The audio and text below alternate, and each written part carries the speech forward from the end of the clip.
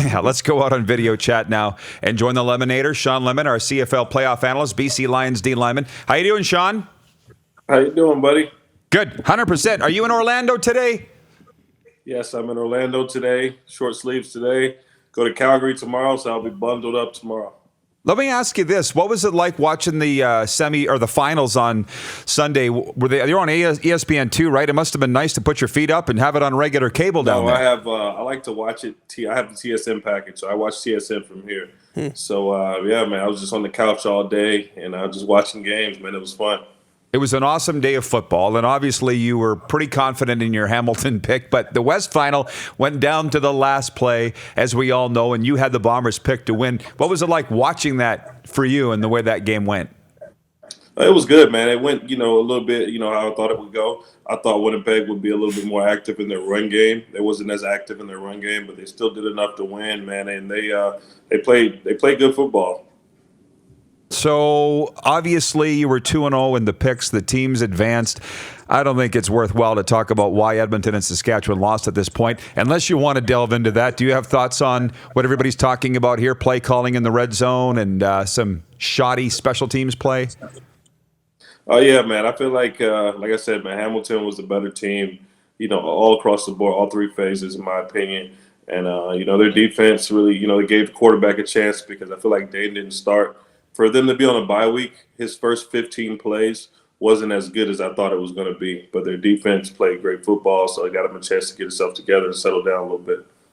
And as far as the Bombers-Riders game, you did pick Winnipeg, but on that Sunday, you feel that the best team won, or did the Riders give it away? Because 3 days after the game here, Shawn, that's still the sense that that's the one the Riders could have had. No, I feel like the Riders my opinion, I feel like the Riders, they're maxed their peak this season. If you go into the season and you look at, them losing a quarterback playing against Hamilton, no one would have thought that, Cody would have been able to take them this far.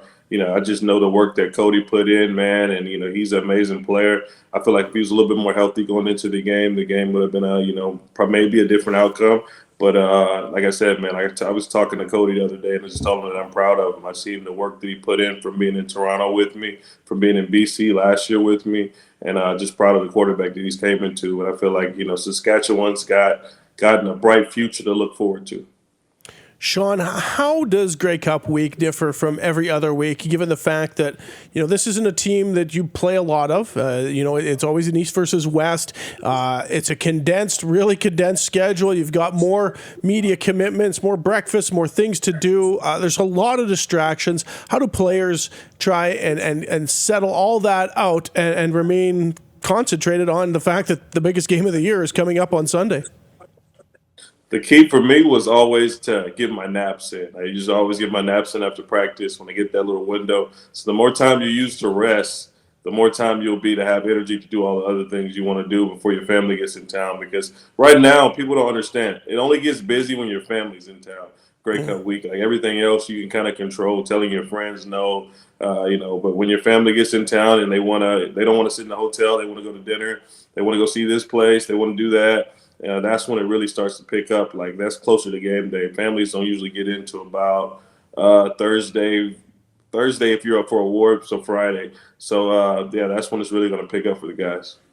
They can be, for sure, a major, major distraction. That's why Darian Durant, not enough people know that in 2013, he told them to stay home in Florence, South Carolina. That's how badly he wanted to win, and it worked. What are you looking forward to the most for Grey Cup week, Shawn, as a TSN analyst?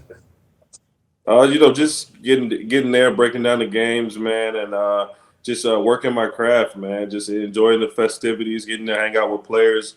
Normally for me, I have a lot of friends that play on other teams because I played on so many teams. So when I travel to the games, I really don't get a lot of time to hang out with my friends. So I just come in, hang out with some of my friends.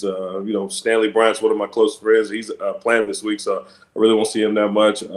Solomon, I get to see Charleston and all those guys. So just to, continue those friendships. What is the biggest story going into this Grey Cup? And I'll just throw out some options for you because we had a poll the other day. Caleros versus Simone Lawrence, Caleros versus the Ticats overall, the Droughts 28 years for Winnipeg, 10 for Hamilton, or O'Shea versus Steinauer. Is it one of those or something else that you've pinpointed? I would say the droughts, because you think about it, man, Winnipeg and Hamilton has, one of the larger fan bases in the CFL, man. And just looking at Hamilton's, going away to the airport rally they had yesterday, that almost looked at like our Grey Cup parade in Toronto. You know what I mean? Kind of like our Grey Cup parade in Calgary as well. So, man, just to see the support, and I know that, the Winnipeg fan base and the Hamilton fan base are one of the most passionate fan bases in the CFL. So just to know that, one of those teams will be giving something back to the fans, and that's it's very amazing to me. I'm a little surprised that the opening line was 1.5 to 2-point favorites for Hamilton. I would have said 4 points or more. We're talking about a 16-3 team now with their East Division final win, but it's a 2-point spread as we sit here today, Shawn. It moved up today. What is it now? It opened at a 1.5, and now it's 3.5. That makes a little more sense. Now it's 3.5. I kind of said 4.5 off the hop. And maybe that'll change too. So your thoughts on this matchup?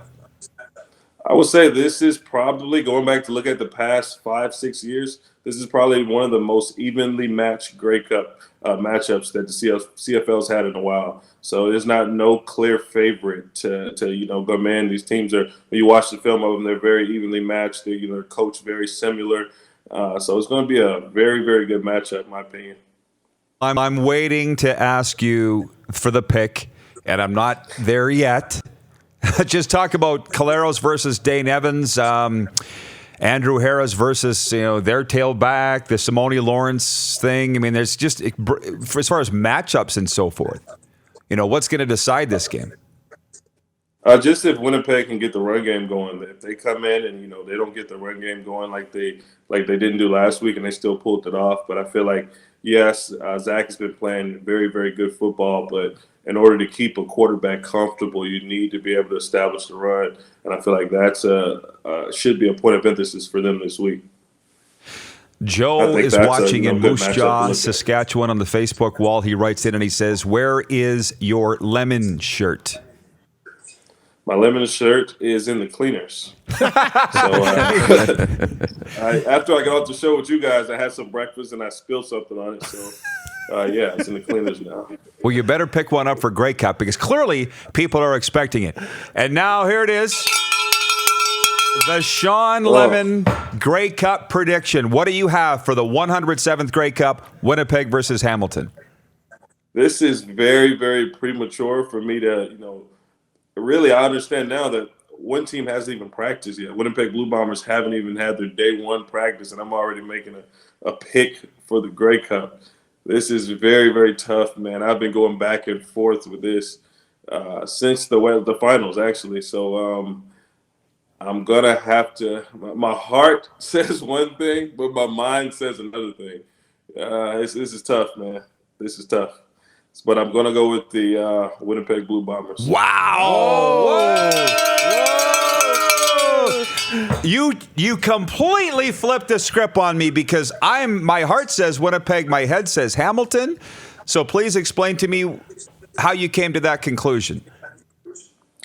I just feel like, man, this time of year, it's all about a team that's steaming hot right now. Yeah. And they're battle tested. They have a quarterback that they believe in. And I know how tough it is. Like when I was in Calgary, we won the Grey Cup at 17-3. So we won 15 games, just like the Ticats did in the regular season. And I know how tough that is. And the thing that helped us out was we lost to Winnipeg going into the playoffs. So we knew that we had to get our stuff together. And I don't know if Hamilton's had that wake-up game yet. You know what I mean? And I feel like, they're a good team. But going in with the inexperienced quarterback in the Grey Cup, I'm going to go with Zach Caleros.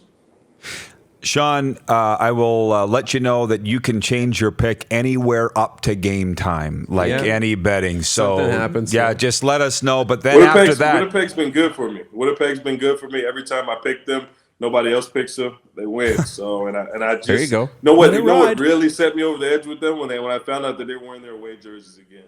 Something about those away jerseys in Winnipeg right now. It's been working. So I think I'm gonna stick with Winnipeg. They do look good. You're right. All right, Shawn. Safe travels and enjoy Grey Cup week for all it is, and we'll be checking in with you. All right. Thanks a lot. Talk soon. You're watching Rod Pedersen On Demand. For more of The Rod Pedersen Show, visit rodpedersen.com or follow Rod Pedersen on social media.